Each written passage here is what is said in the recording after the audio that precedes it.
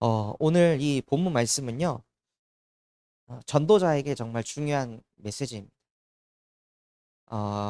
여기에서 전도자가 진짜 받아야 될 응답은 무엇이냐면요, 하나님은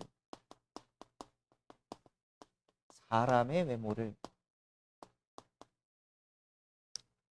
보지 아니하시고,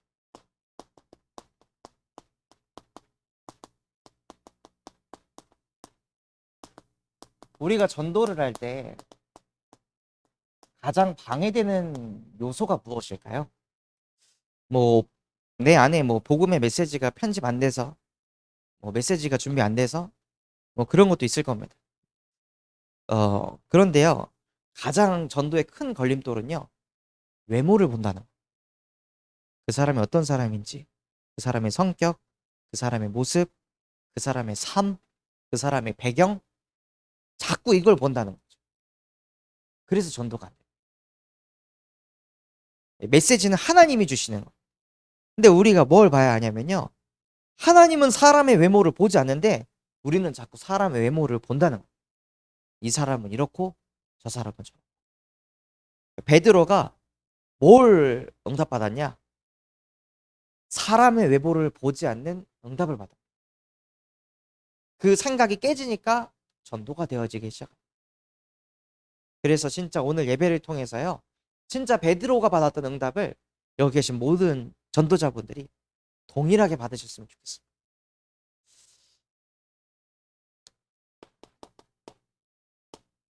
오늘 말씀에도 보면요, 사람은 외모를 보는데 하나님은 외모를 보지 않는다고 하셨어요. 그 말씀을 묵상해 보면요, 크도다 하나님의 언약. 하나님의 생각은 아주 큽니다. 우리가 생각하는 그 수준하고 너무 차원이 다르죠. 이 하나님의 언약이 너무 크기 때문에 자칫 잘못하면 우리가 이렇게 느낄 수도 있어요. 아, 저건 너무 크다. 너무 높다. 나랑 너무 차원이 다른 메시지다. 그래서 말씀을 받을 때 막 거부감이 들기도 합니다. 아직은 내 시간표가 아니야. 제가 유초등부 딱 사역을 맡았을 때 제게 주신 메시지. 네가 나를 사랑하느냐? 그러면 내 어린 양을 먹여라. 근데 그 언약이 저에게 너무 컸습니다. 그 말씀을 가지고 기도하면 기도할수록 제게 주시는 메시지는 한 가지였습니다. 불가능하다. 내가 나도 잘 사랑 못하는데 한 번도 보지 못하는 우리 유초등부 랩런트를 내가 사랑한다? 가능한 일일까? 그럼 내가 이 아이들하고 1년 동안 뒹구르면 내가 과연 사랑할 수 있을까? 오히려 더 흠을 보지 않아. 얘는 이래서 안 되고 쟤는 저래서 안 되고, 얘는 이런 가정의 배경이니까 안 되고, 얘는 종교생활 너무 오래 했으니까 안 되고. 불가능하지 않을까? 언약을 묵상할수록 제 마음에 부딪히는 건요, 불가능하다였습니다. 나는 이거 못한다. 난 할 수 없다. 그러니까 뭘 바라보게 되냐면요, 그리스도를 바라보게 돼요. 하나님은 우리에게 불가능한 언약을 주십니다. 우리가 할 수 없는 거. 그래야 하나님의 영광이 나타납니다. 내가 할 수 있는 거를 하나님께서 왜 약속하실까요? 그냥 내가 하면 되는데. 그러니까 우리의 기준 자체가요, 창세기 3장 11장에서 완전히 해방받아야 됩니다. 언약은 크신 언약입니다. 내가 감히 범접할 수 없는 영역에 있는 보좌의 메시지입니다. 그걸 내가 하려고 하니까 당연히 부담스럽죠. 그래서 하나님께서는 우리에게 그리스도를 보내셨습니다. 길 되시고 진리 되시고 생명 되시는 그리스도를 통해 하나님과 함께 할 때 사는 겁니다. 하나님과 함께 할 때요, 불가능하다는 그 하나님의 언약이 내게 어떻게 다가오냐? 놀랍다. 하나님의 언약. 제가 우리 유초등부 랩런트를 사랑하는 거 불가능하다고 생각했습니다. 그리고 나서 그 언약 붙잡고 어쨌든 간에 예수가 그리스도지 나는 그리스도 아니야. 내 이성으로는 아이들 사랑 못합니다. 근데 내 안에 보혜사 성령이신 그리스도께서는 렘넌트를 사랑하고 계십니다. 그분이 나와 함께 하시기에 하나님이 이 언약을 이루어 가실 것입니다. 라고 그냥 그 언약을 믿고 그냥 갔습니다. 그리고 나서 지난주에 제가 차량 운행을 하는데 이제 한 랩런트가 저한테 물어보는 거예요. "전도사님은 아기가 없어요?" 없어." "왜 그럴까?" 다른 이 교역자분들 보면 다 아기가 있는데 나만 아기가 없어.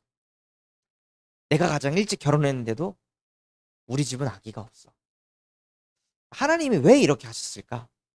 나도 궁금해. 하고 이렇게 얘기했어요. 그랬더니 저한테 질문했던 아이 말고 그 옆에 있던 아이가 저는 알 것 같아요.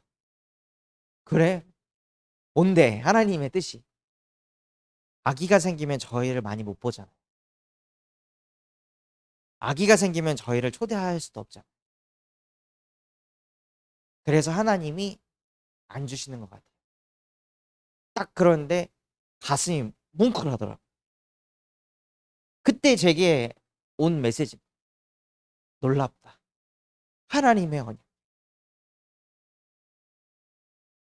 나는 후대 사랑하는 거 불가능하다고 생각했는데 그런 불가능한 나에게 그리스도께서 찾아오셔서 놀랍게도 하나님의 언약을 이렇게 이뤄가고 계신 그것을 보게 하시다.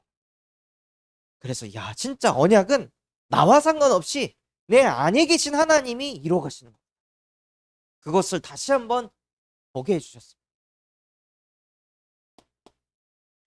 그래서 이 놀라운 하나님의 언약이 우리 안에 있기 때문에요. 응답입니다. 그래서 베드로가 기도하려 지붕 위에 올라갔습니다. 그래서 저도 기도하려고 계속 기도하고 기도하니까요. 하나님이 진짜 이 말씀 그대로 기도가 응답이다. 그래서 그대로 응답되게 하셔서 저 다민족들, 우리 원어민들 왔을 때 이들을 통해 어떻게 전도 운동해야 될까? 계속 기도하고 있었는데 담임 목사님이 하필 토요일 날 요괴베타 학교 메시지 하시고 그때 이제 다민족들이 있어서 목사님 모시고 3층으로 올라갔어요. 올라가 가지고 목사님들이 다민족들하고 인사하고 소통하고 그리고 거기에 있는 이제 한국인들한테 이들한테 진짜 복음이 필요해. 다민족들이 복음으로 행복해야 된다. 그게 내 기도 제목이다. 이렇게 소통하시고 나오시면서 저에게 딱 미션을 주시더라고요. 저 두 사람을 제자 삼아라. 보니까 얼굴도 보니까는 마음도 바르고 고운 것 같다. 바르게 하는 사람들인 것 같다. 저 사람들한테 복음 전하면 아마 잘 들어갈 것이다. 하고 딱 방향을 주시더라고요. 그러니까 저에게는 진짜 놀랍다. 하나님의 응답. 지난주 말씀에 기도가 응답이라고 하셨는데 그 기도가 어떻게 응답되냐? 다민족이 묻고 그 속에서 제자가 찾아진다고 말씀 주셨습니다. 근데 그 제자가 누굴까 하고 기도하고 있었는데 하나님이 목사님을 통해서 저 두 사람이 제자가 될 거다. 하고 정확하게 응답을 주시죠. 그래서 알겠습니다. 그럼 저 두 분하고 제가 나중에 따로 소통하면서 제자화 시키도록 하겠습니다. 하고 그냥 방향이 나오는 거예요. 그래서 여러분 또한도요. 무엇 하시냐? 기도하시면 돼요. 기도하면 하나님이 말씀을 성취시키십니다. 그래서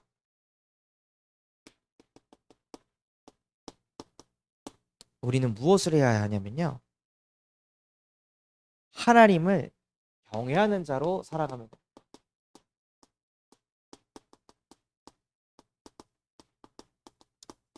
우리 전도자분들은 하나님을 경외하는 자입니다. 경외가 무엇이냐? 하나님을 존중하고 존경하며 하나님을 두려워합니다. 근데 이 두려움이라는 건요. 공포의 대상이 아닙니다. 여러분들이 누구를 엄청 존경하잖아요. 그럼 두렵기도 합니다. 그러니까 류 목사님을 제가 엄청 존경하는데 류 목사님 앞에 서면 벌벌 떨죠. 왜냐? 존경하니까. 우리에게 하나님은 그러한 경외의 대상. 그냥 공포로 몰고 가는 대상이 아니라요. 우리가 너무 존경하고 우리가 너무 사랑하고 우리가 너무 경외하기 때문에 때로는 두려움이 있기도 하는 겁니다. 그래서 저와 여러분을 하나님이 하나님을 경외하는 한 사람으로 부르셨어요. 그 한 사람이 어떤 사람이냐? 하나님의 형상대로 창조된 영적 존재를 실제 영으로 누리는 겁니다. 예, 영으로 산다. 이게 어떤 의미일까요? 어떻게 사는 게 영으로 사는 거예요? 영으로 산다는 것은요, 영이신 하나님의 말씀을 가지고 실제 그거 갖고 인도받는 사람. 어저께 이제 목포를 갔다 오고 나서 이제 집에 가가지고 씻고 자고 하니까 이제 한 12시 그 정도 되더라고요. 근데 아침에 이제 눈을 뜨는데 새벽 예배 알아야 되나 막 계산하는 거예요, 머릿속에서. 근데 저를 움직이는 메시지가 있었습니다. 의인은 여호와로 말미암아 즐거워. 내가 의인이라면 쉬는 걸로 즐거워해야 되겠나? 아니면 여호와로 즐거워해야 돼. 근데 이번 주 말씀에 주의 뜰에 있는 자가 복이 있도다.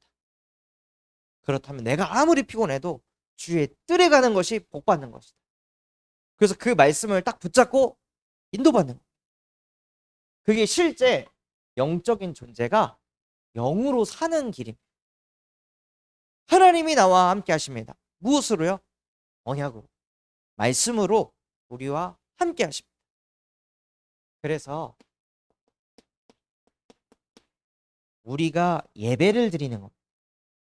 영적인 존재로 살려면요, 영적인 생활을 해야 합니다. 그거 중에 가장 최고의 생활이 예배입니다. 예배를 통해 인간은 무엇을 받게 되냐? 은혜를 받게 됩니다. 그 은혜를 받으니까 영육간의 번성을 하게 되는 축복을 실제 받게 되는 거죠. 그래서 예배 때 무슨 은혜를 주셨냐? 악을 악으로 갚지 말고 욕을 욕으로 갚지 말아라. 오히려 그 사람을 위해서 복을 빌어라. 오늘 이 메시지를 묵상하고 있는데 갑자기 전화 왔어요. 죄송합니다. 제가 차를 밀었는데 벽에 부딪혀서 차가 부셔졌다고. 내려갔더니 뒤에 그 등 다 깨져 있고 트렁크 찌그러져 있고 난리가 나 있더라고.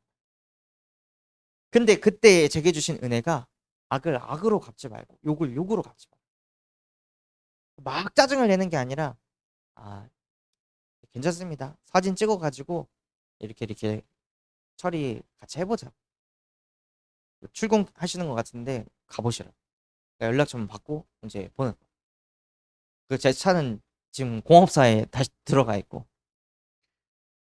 근데 예배 때 제게 이 은혜가 임하니까요. 그 속에서 해방을 받을 수 있는 영육간의 하나님이 번성하게 하시는 그 축복이 어디에서 시작되냐? 예배에서부터 시작됩니다. 그래서 여러분이 예배 때 진짜 기도해야 될 게 뭐냐? 하나님 은혜 받게 해주세요.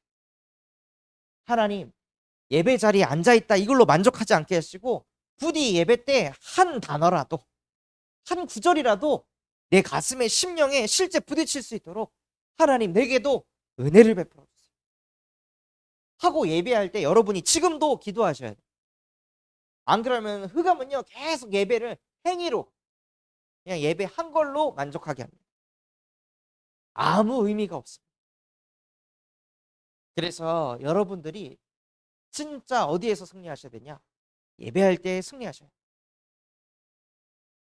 그러면 하나님이 저와 여러분을 만복의 근원이 되게 하십니다.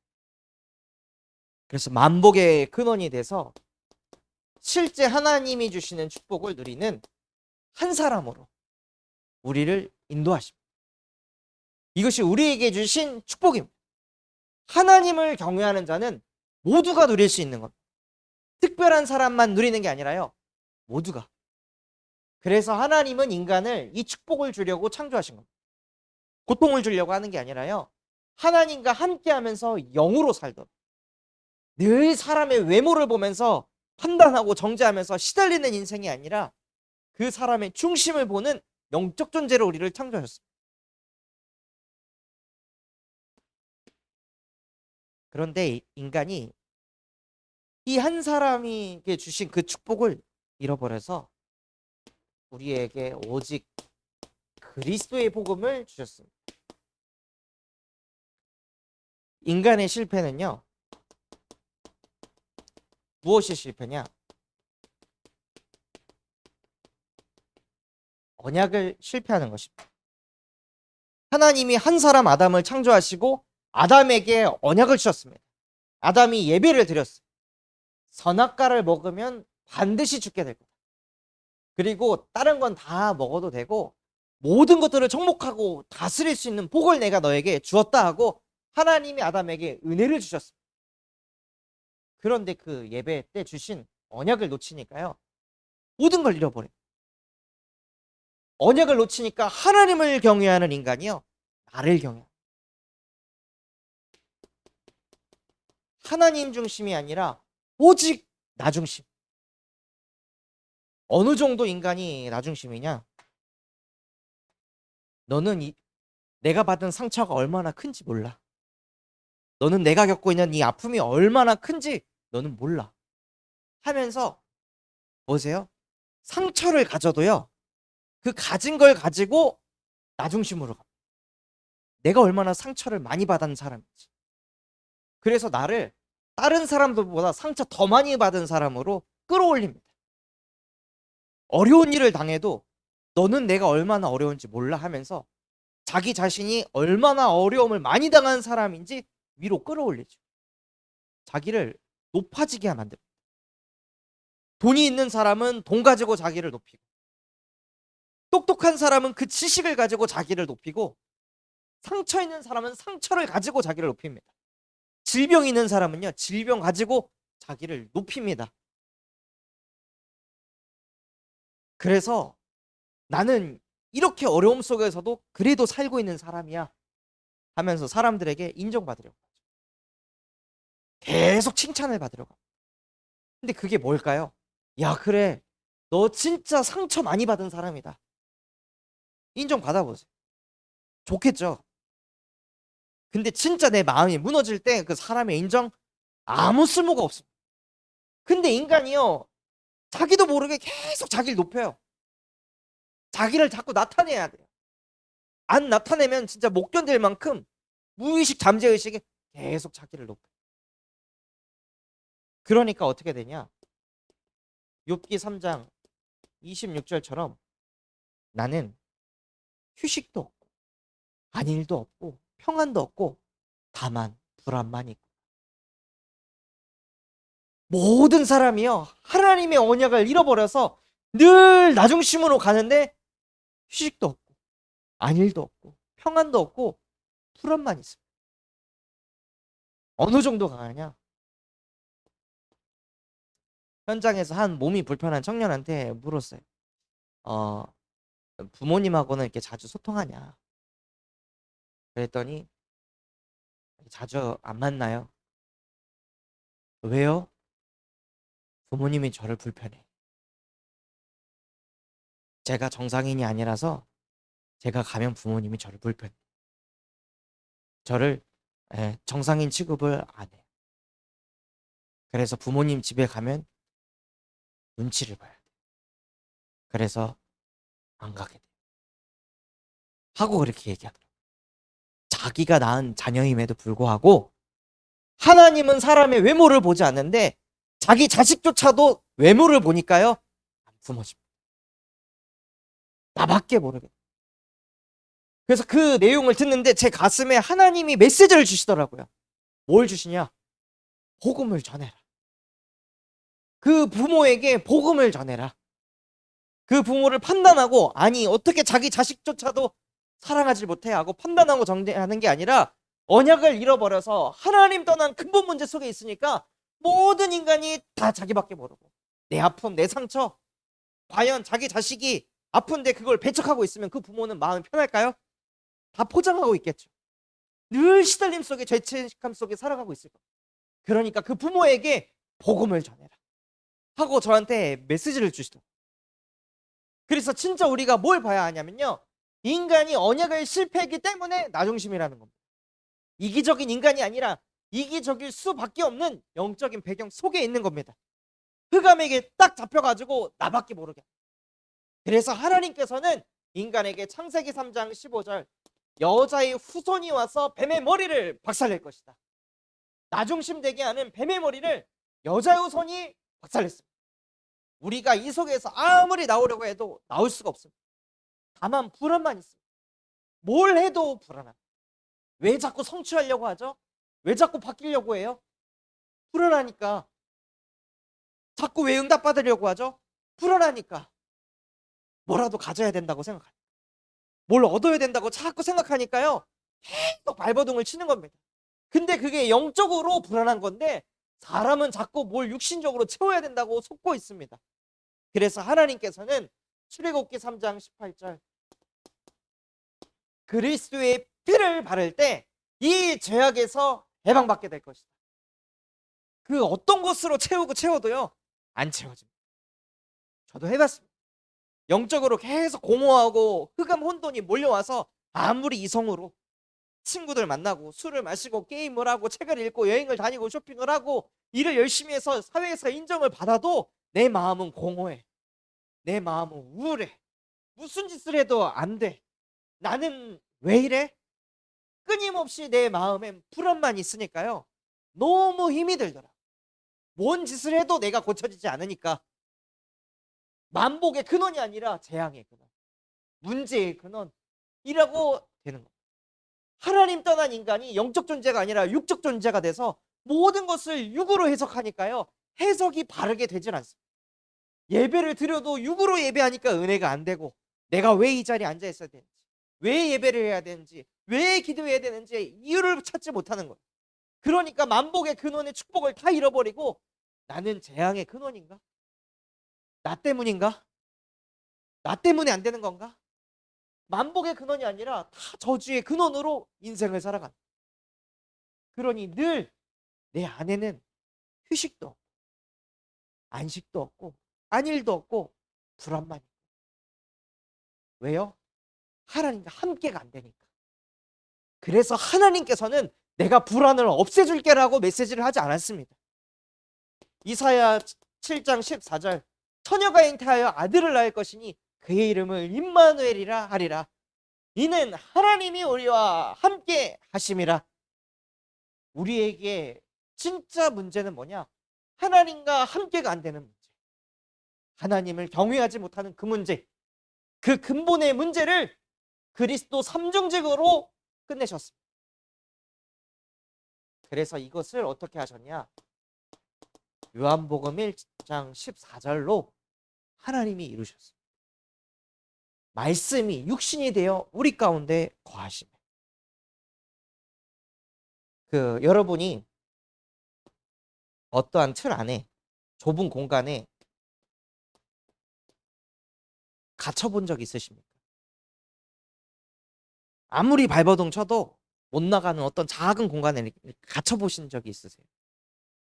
저는 어렸을 때 이런 일을 당해본 적, 친구가 장난한다고 저를 이렇게 가뒀어요. 그러니까 미치겠더라고. 답답하고 불안하고 무섭고 두렵고 온갖 것들이 다 찾아오더라고.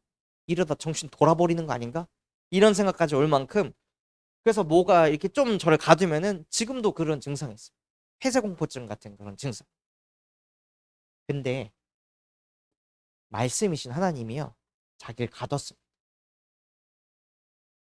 안 갇혀도 되는데요, 영적 존재이시고 시공간을 초월하시는 그분이 말씀이 육신이 되어 우리 가운데에 거하셨습니다. 자기를 가둬버렸습니다. 왜 가뒀을까요?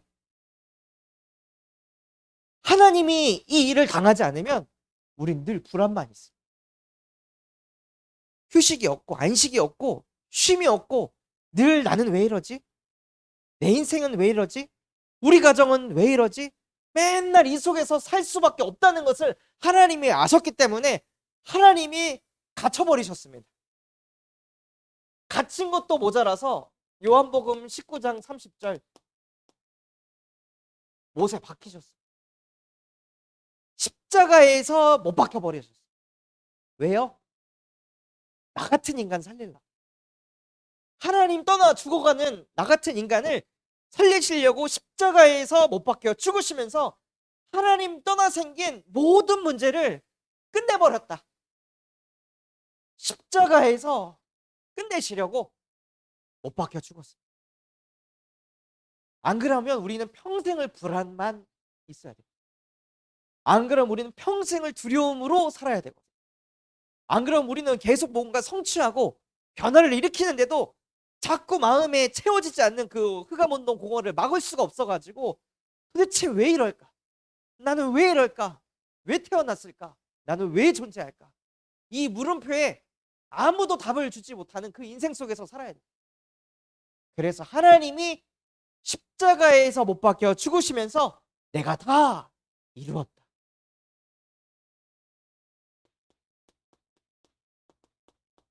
그 예수는 나의 그리스도시요 살아계신 하나님의 아들이십니다. 주는 그리스도시요 살아계신 하나님의 아들이십니다라는 그 고백은요, 하나님 나는 재앙의 근원이 아닙니다. 하나님 나는 문제의 근원이 아닙니다. 나는 만복의 근원으로 뒤바뀌었습니다. 라고 고백하는 것과 똑같습니다. 예수가 그리스도라는 것은요, 나 중심 속에 있을 수밖에 없던 나를 완전히 해방시키시고 나는 이제 하나님을 경외하는 자가 되었습니다. 라고 고백하는 것과 똑같습니다. 그리스도 안에 모든 것이 다 들어가 있습니다. 그것이 우리가 믿는 그리스도이십니다. 그래서 우리가요, 오직 그리스도만 고백하는 그 예수 그리스도를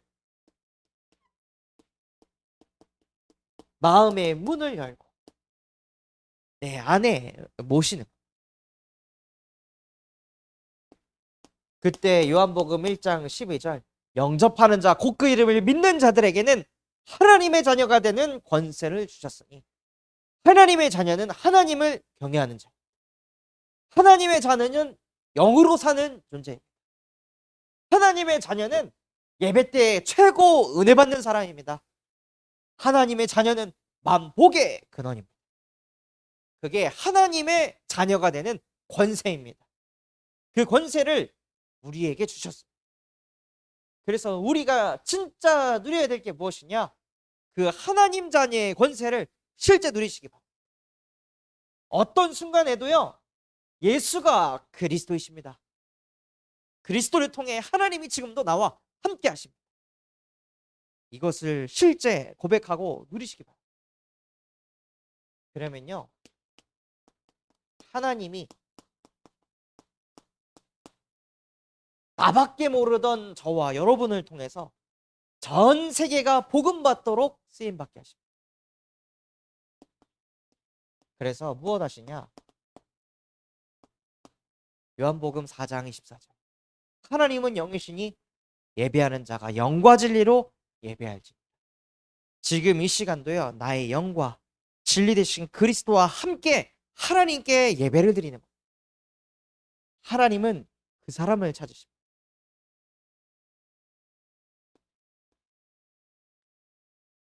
베드로가 영과 진리로 하나님께 예배하니까 베드로의 그 생각 틀, 나중심이 완전히 다 박살나고 하나님의 나라가 임해서 이달리아 사람들에게도 복음을 증거하게 하셨어요.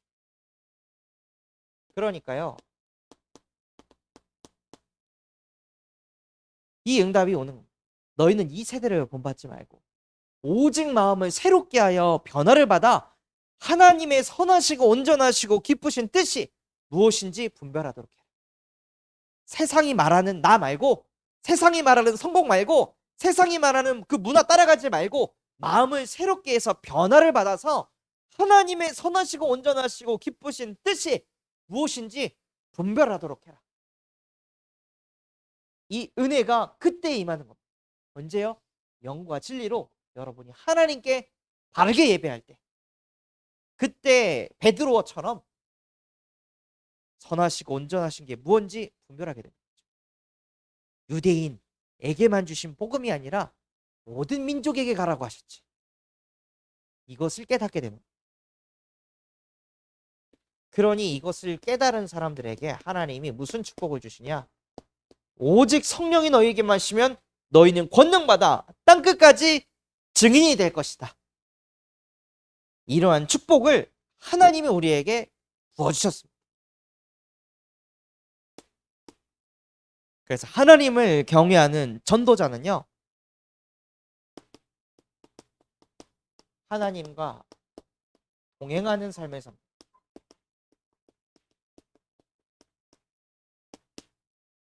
하나님과 동행하는 삶은 어떤 삶일까요? 바로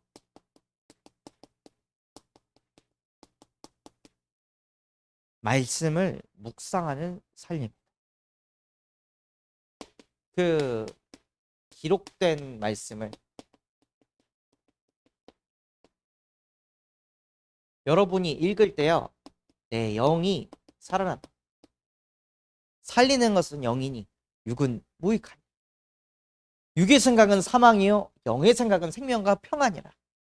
기록된 하나님의 말씀을요, 삼가 듣고 지켜 행하는 자는 복을 받게 됩니다. 그래서 내 영이 소생케 되는 거죠.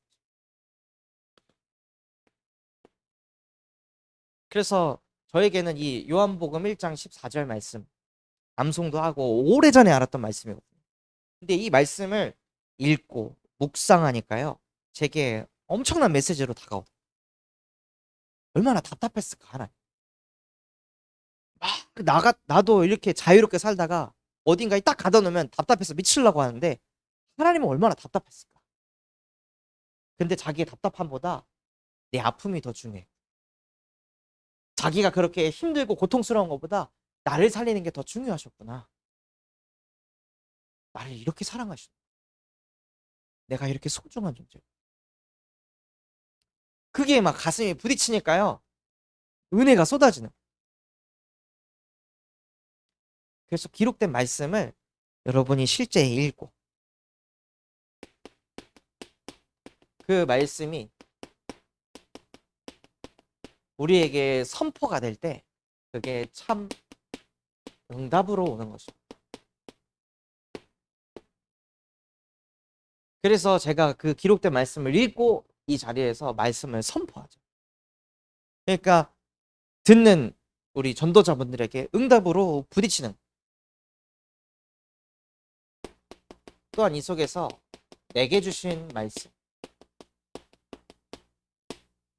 그 말씀을 딱 붙잡잖아요. 그러면 하나님께 쓰임을 받습니다.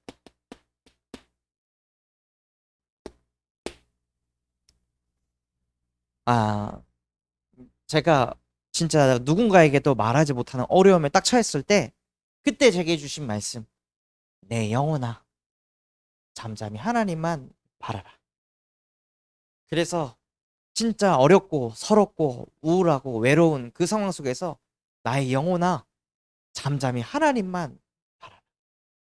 하나님이여 내 기도에 부르짖음을 들으시고 내 기도에 유의하소서 라고 그냥 계속 기도하고 하나님만을 바라본 내용들을 저희 다민족 레리라는 친구한테 포럼했었어요. 자기는 예배가 복이라는 게 이해가 안 된다. 왜 예배가 복이냐? 그래서 제게 주신 말씀 가지고 내가 어떻게 인도받았는지 그걸 전달했거든요. 그래서 이번 주에 어떻게 좀 인도받았냐 질문하고 저는 촬영 운행 때문에 갔어요.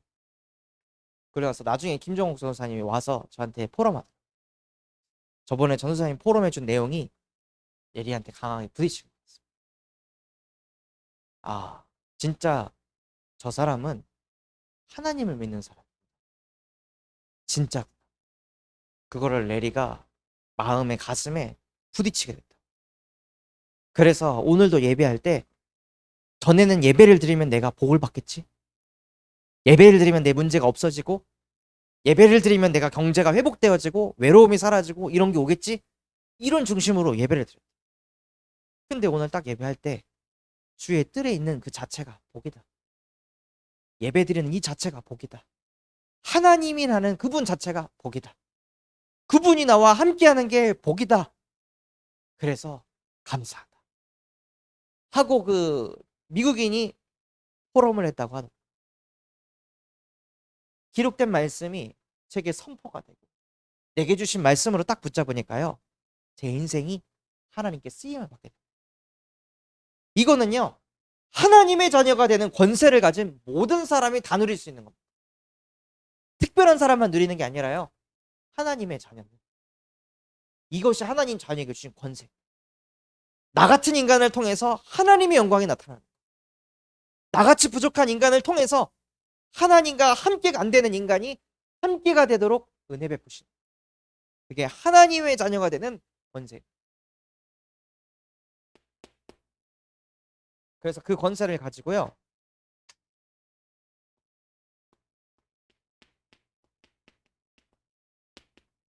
기도의 비밀을 실제 누리시기 바랍니다. 언제 기도 속으로 들어가냐? 불신자는 문제 맞으면 감정에 끌려갑니다. 불신자는 문제 맞으면 문제에 딱 잡혀가지고 그냥 쭉 끌려갑니다. 우리는 그러한 불신자 상태로 사는 사람이 아닙니다. 문제가 왔을 때 하나님 왜 이 문제를 주셨습니까? 이 세대를 본받지 말고 오직 마음을 새롭게 해서 변화를 받아 하나님의 선하시고 온전하신 뜻이 무엇인지 분별하게 하옵소서 하고 문제 속에서 답을 찾아가시는, 문제를 빨리 해결하는 게 중요한 게 아닙니다. 왜냐? 우리가 풀어야 될 문제는요 수억만 가지. 문제를 빨리 푼다고 해서 인생이 성공하는 게 아니죠.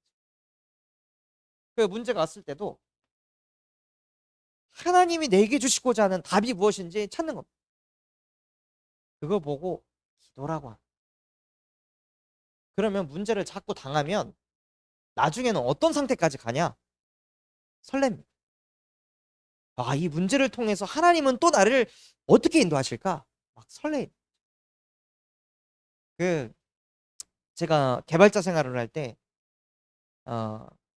개발자들이 문제를 맞잖아요. 그러면 이 문제 뭐지? 이렇게 고민하는 게 아니라 진짜 좀 위에 있는 개발자들은요 다 내려놓고 거울로 갑니다. 거울로 가서 거울 보면서 미운 오리 새끼야. 왜 이런 문제가 생겼을까? 뭐가 잘못됐을까? 이 문제를 통해 뭘 갱신하면 될까? 나한테 좀 알려줄래? 하면서 문제 딱 생겼을 때 보통 사람들은 감정이 이렇게 올라오잖아요. 아이씨 뭐야 이거 왜 이래? 막 이런단 말이에요. 근데 그걸 다 내려놓고요. 불신자도 왜 이 문제가 나에게 주어졌을까? 하고 하나님을 안 믿는 사람들은 미운 오리 새끼라는 어떤 뭔가를 만들어서요. 그 존재하고 소통합니다. 그리고 내가 이걸 실수해서 이런 문제가 생겼구나. 그래서 내가 앞으로는 조급하게 코딩을 하면 안 되겠구나. 이걸 나에게 깨닫게 하려고 했구나. 고맙다 미운 오리 새끼야. 하고 이렇게 해요. 개발을. 그러니까 문제가 올 때마다 자꾸 답을 내니까요. 문제를 풀면 자꾸 어떻게 되죠? 점수가 올라가잖아요. 성취감도 올라가죠. 그러니까 진짜 문제를 푸는 사람들은요. 문제를 좋아합니다. 하나님의 자녀도 마찬가지입니다. 우리는 그들보다 더 다른 보좌의 능력을 가진 사람. 문제 왔을 때 발발발발 떨 게 아니라 하나님이 이 문제를 어떻게 풀어가실까? 기대가 되고 설레야 됩니다. 이 문제하고 내게 주신 강단하고 무슨 상관이 있을까? 이 강단이 또 어떻게 성취될까? 문제를 통해서. 생각이 바뀌어요. 그러니 여기로 안 끌려가는 거예요. 내게 휴식도 없고 안일도 없고 다만 불안만 있구나. 반대죠. 다만 평안만 있고. 그래서 우리는 위기를 맞았을 때 마음속에 평강이 있는 것입니다.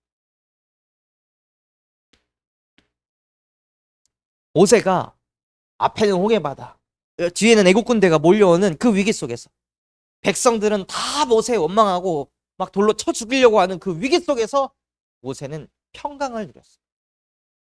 평강의 하나님이 속히 사단을 너희 발 앞에 무릎 꿇게 할 것이다.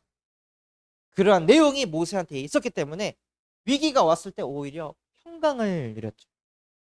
하나님이 나와 어떻게 함께 하시는지 증명할 것이다. 봐라, 온 이스라엘 백성, 너희는 가만히 서서 오늘 너희를 위하여 행하는 여호와의 구원을 한번 봐봐라.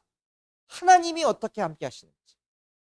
여러분이 위기를 당하시잖아요. 평강을 누리시는 거예요.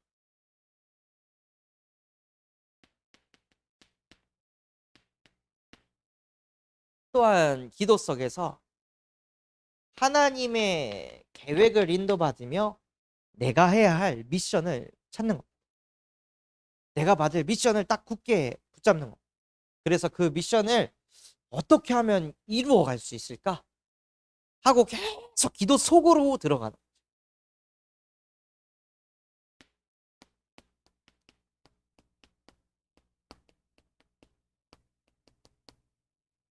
이렇게 전도자분들이 기도의 비밀을 누리면요, 증인의 축복을 누리게 됩니다. 축복 중에 축복이 무엇이냐? 하나님이 나와 함께 하셨습니다. 이게 최고의 축복입니다. 어떤 문제를 당해도 하나님은 지금도 나와 함께 하십니다. 다윗이 어려움을 당했잖아요. 근데 어려움을 당했으니까 나는 슬퍼해야지가 아닙니다. 의인은 여호와로 말미암아 즐거워한다. 마음이 정직한 자는 자랑하리라. 나 이렇게 문제 당했어. 나 이렇게 문제 많은 사람. 상관없어. 하나님이 나와 함께 하죠.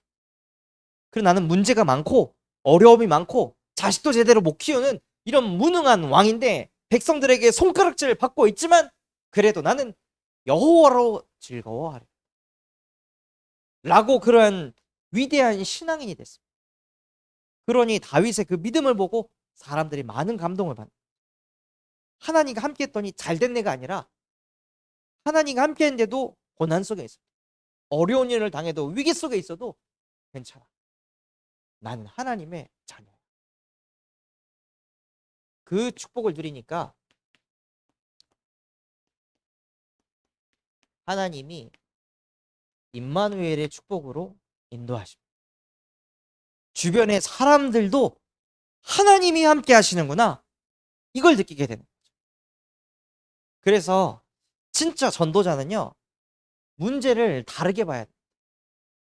하나님이 여러분에게 주신 문제는요, 전도를 위한 문제. 이 눈이 열리셔야 돼요. 사람은 외모를 보지만요, 하나님은 외모를 보지 않습니다.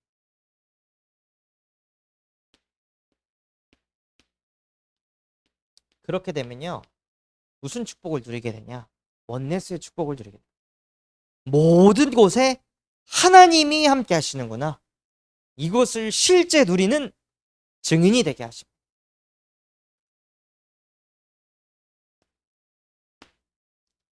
그래서 분명히 유초등부 랩런트 사랑하는 거 불가능하다고 여겼던 제가 어느 정도까지 하나님이 놀랍게 응답하시냐, 이번 주일날 저 뒷자리에 앉아가지고 포럼하는 걸 지켜보는데 계속 눈물이 나더라고요. 귀하다 우리 교사분들, 어떻게든 우리 후대들에게 어린 양을 먹여라, 그 말씀 붙잡고 복음 넣어보겠다고 계속 이렇게 포럼하시고, 어떤 분은 뭐 랩런트가 선물 줘가지고 막 받아가지고 막 그 선물 받았다고 막 흔들면서 막 자랑하시고, 너무 그 한 분 한 분들이 저에게 소중하다. 나밖에 모르던 나를 하나님이 크게 만드셨고, 놀랍다. 하나님의, 진짜 하나님과 동행하면요, 하나님이 여러분에게 그러한 증인의 축복을 부어주십니다. 그래서 오늘 본문에 하나님은 사람의 외모를 보지 아니하시고, 베드로가요, 무엇을 했냐? 사람의 외모를 안 봐야겠다라고 이렇게 딱 다짐을 한 게 아니라 베드로가 무엇을 했냐면 말씀을 붙잡았습니다.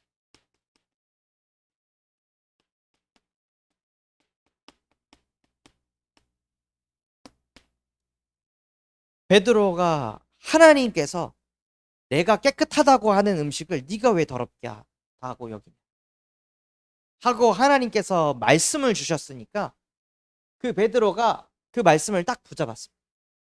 그럼 어떻게 됐죠? 그 개인의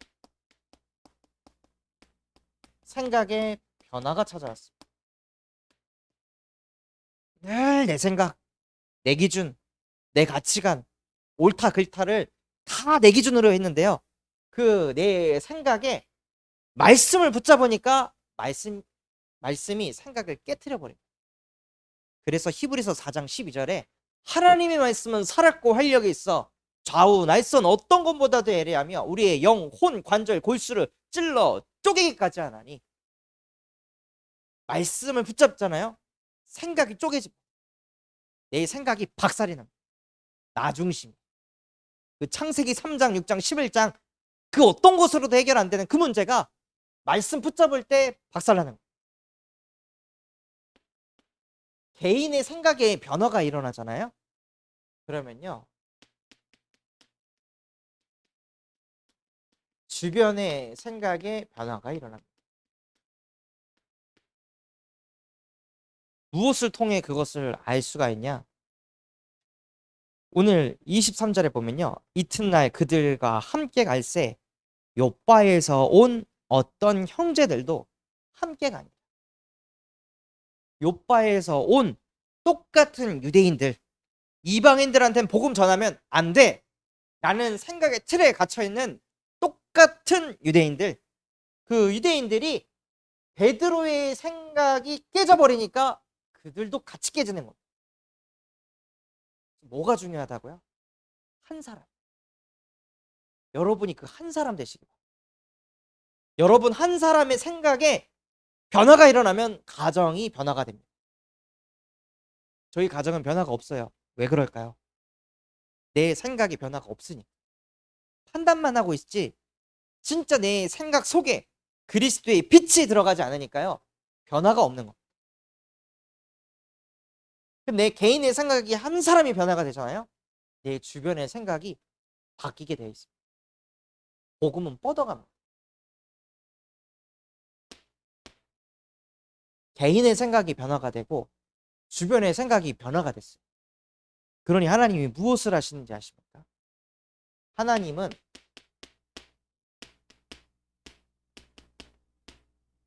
전도 캠프를 이뤄가십니다. 24절에 보면 이튿날 가이사랴에 들어가니 고넬료가 그의 친척과 가까운 친구들을 모아 기다리더라. 생각이 복음화가 되니까요. 하나님이 고넬료를 통해서 복음 받을 사람은 싹 다 불러 모아놓게 하셨습니다. 전도 캠프를 우리가 막 만드는 게 아니라요. 우리가 말씀을 딱 붙잡고 우리의 생각에 변화가 일어날 때 하나님께서는 전도 캠프를 예비하십니다.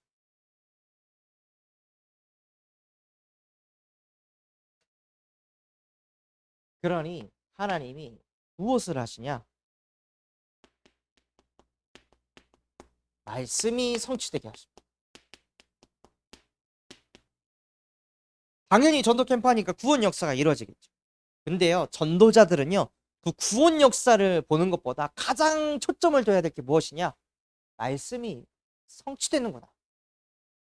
베드로가 그걸 누린 겁니다. 사람은 외모를 보지 않고 나 여호와는 중심을 보느니라. 언제 메시지 하셨죠? 하나님께서? 하나님이 사무엘을 통해 주신 메시지입니다. 사무엘이 이새의 첫째 아들을 보고 야, 얘는 키도 크고 잘생겼네. 힘도 좋네. 얘가 전도자구나. 얘가 왕이 될 사람이구나 했는데 하나님께서는 나는 외모를 보지 않고 중심을 본다. 그 구약의 말씀이 실제 베드로에게 지금 부딪힌 겁니다. 어떻게 부딪혔죠? 34절에 보면요. 베드로가 입을 열어 말하되 내가 참으로 하나님은 사람의 외모를 보지 아니하시고 구약에 주셨던 그 말씀이 실제 성취되는 것을 보게 된 겁니다. 전도자는 이걸 봐야 또 어떤 말씀이 성취가 되었냐?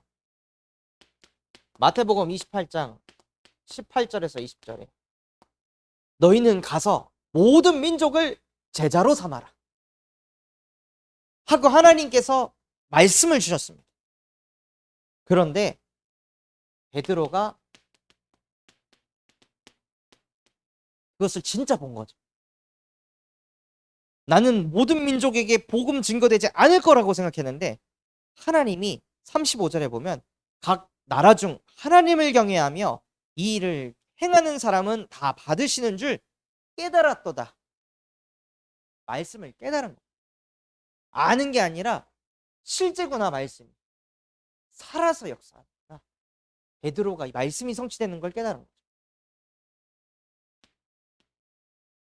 그리고 나서 베드로가 거기에 있는 고넬료와 그 전도 대상자들에게 메시지를 하는데 무슨 메시지를 했냐?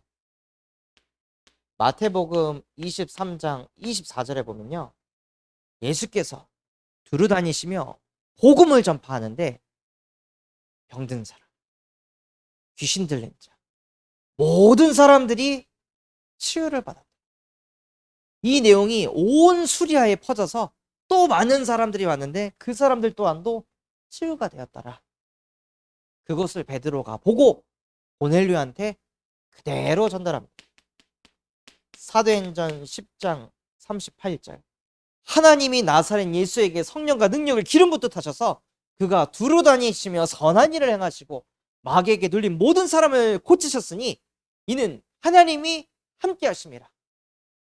그러한 성취된 하나님의 말씀을 베드로가 선포했습니다. 그러니까 말씀이 그 현장에 역사하였습니다. 어느 정도로 역사했냐? 말씀에 보면요, 44절에 보면 베드로가 이 말을 할 때 성령이 말씀 듣는 모든 사람에게 내려오신, 말씀 붙잡고 말씀 성취된 걸 본 사람이 말씀을 전달하니까 말씀이 역사해버린, 이게 전도입니다. 그래서 성령이 모든 민족에,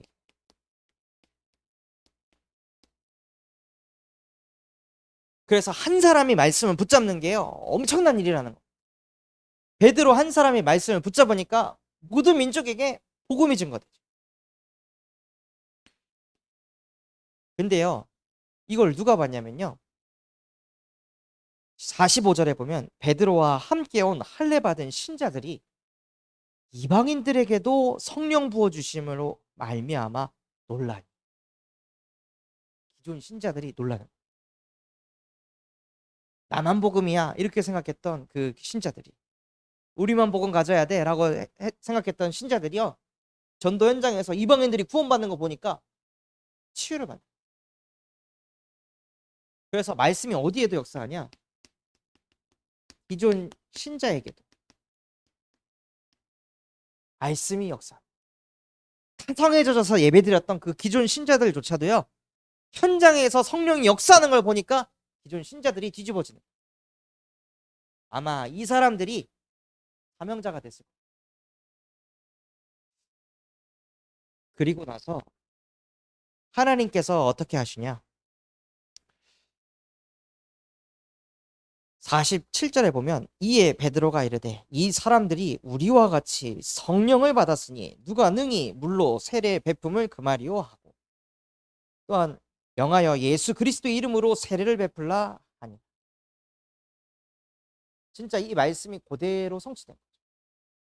아버지와 아들과 성령의 이름으로 세례를 베풀고, 마태복음 28장 18절에 20절에서 하나님께서 주신 언약의 말씀이 성령께서 역사하시니까 그냥 성취된 겁니다. 그러니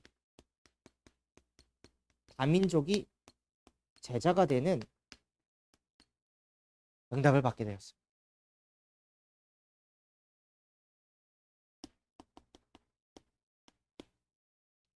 그래서 결론으로요, 저와 여러분이 말씀을 붙잡아야,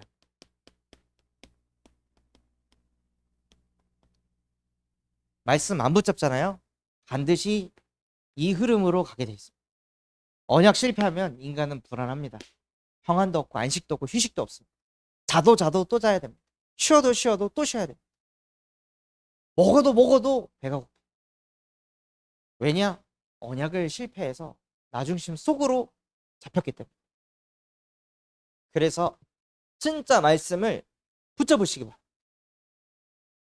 전도자가 말씀을 붙잡으면 하나님이 말씀을 성취하시고 하나님이 말씀으로 역사하십니다.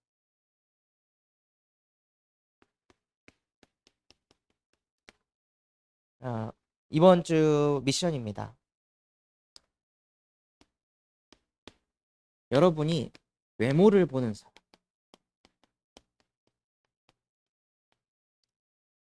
육신적인 기준을 가지고 계속 나를 걸리게 하고 힘들게 하고 스트레스 주는 그 외모를 보게 하는 그 사람을요, 영으로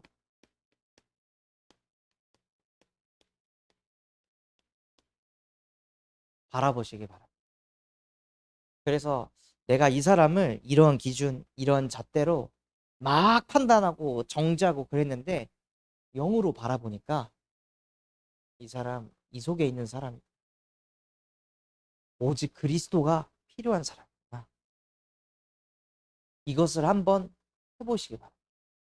많은 영혼 아니고요, 한 사람. 여러분이 그 한 사람을 영으로 제대로 바라볼 수 있다면 모든 사람을 영으로 볼 수 있습니다. 그래서 진짜 하나님을 경외하셔서 사람의 외모를 보지 않고 그 속에 있는 그 중심 속에 하나님이냐 흑암이냐 그 실제 영안을 뜨는 한 주가 되시기를 예수 그리스도 이름으로 기도하겠습니다. 제가 기도하고 마치도록 하겠습니다. 하나님 아버지 감사합니다. 오늘 우리에게 말씀 주신 것처럼 우리도 모르게 사람의 외모를 봅니다. 육으로만 생각하게 하고 사고하게 하는 뱀의 머리를 여자의 후손 되신 그리스도 이름으로 박살내 주시옵소서. 그래서 하나님을 경외하는 자로서 사람의 중심을 보게 하여 주시옵시고 그 영혼의 중심 속에 오직 그리스도만 필요합니다. 그리스도 아니면 안 됩니다 라고 실제 깨닫고 고백할 수 있도록 하나님, 베드로가 말씀을 붙잡았듯이 우리도 말씀을 붙잡고 하나님과 동행하는 삶을 살아가게 하여 주옵소서. 그래서 우리 한 사람의 생각이 변화가 되어져서 우리 가정 가문에 흐르고 있는 그 창세기 3, 6, 11장의 생각의 흐름이 말씀 앞에 무릎 꿇게 하여 주시옵소서. 그래서 가정 가문을 살리는 그 한 사람, 계층을 살리는 한 사람으로, 구역 식구들을 살리는 그 한 사람으로, 이 지역과 이 시대를 살리는 한 사람으로 하나님 우리 모든 전도자분들에게 성령의 충만함을 쏟아 부어 주시옵소서. 지금도 살아서 우리와 함께 하시는 예수 그리스도 이름으로 기도드렸습니다. 아멘.